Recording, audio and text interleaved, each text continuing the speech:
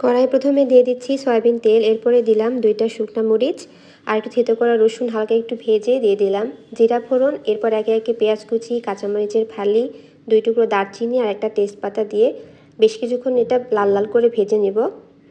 ভাজা হয়ে গেলে আমি এই তো কেটে ধুয়ে রাখা সবজিটা দিয়ে দিচ্ছি। এখানে আলু, বেগুন, পটল, পুঁই শাক, বরবটি আর কিছুটা আমি বুটের ডাল দিচ্ছি। বুটের ডালটা আমি আগে থেকেই ভিজিয়ে রেখেছিলাম। আর স্বাদ মতো লবণ হলুদ দিয়ে কোনো রকম পানি ছাড়াই সবজিটা আমি একটু রান্না করে নেব।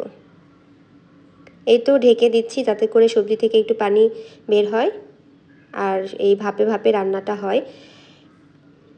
পানিটা আমি একদম শেষের দিকে দেব আর আগে একটু আমি কষাবো। এরপর আমি একটু দিয়ে দিলাম হচ্ছে আদা রসুন বাটা, দিয়ে আরও বেশ কিছুক্ষণ ধরে আমি সবজিটা কষাবো। কষানো প্রায় হয়ে গেছে, সবজিটা আমার অলরেডি নরম হয়ে এসেছে। এই পর্যায়ে আমি একটু সেদ্ধ হওয়ার জন্য আর কি মাখা মাখা এটা তরকারি হবে, এই জন্য একটু পানি দিলাম। দিয়ে এই তো বেশ কিছুক্ষণ রান্না করে নিয়েছি, নেড়ে চেড়ে দিয়েছি।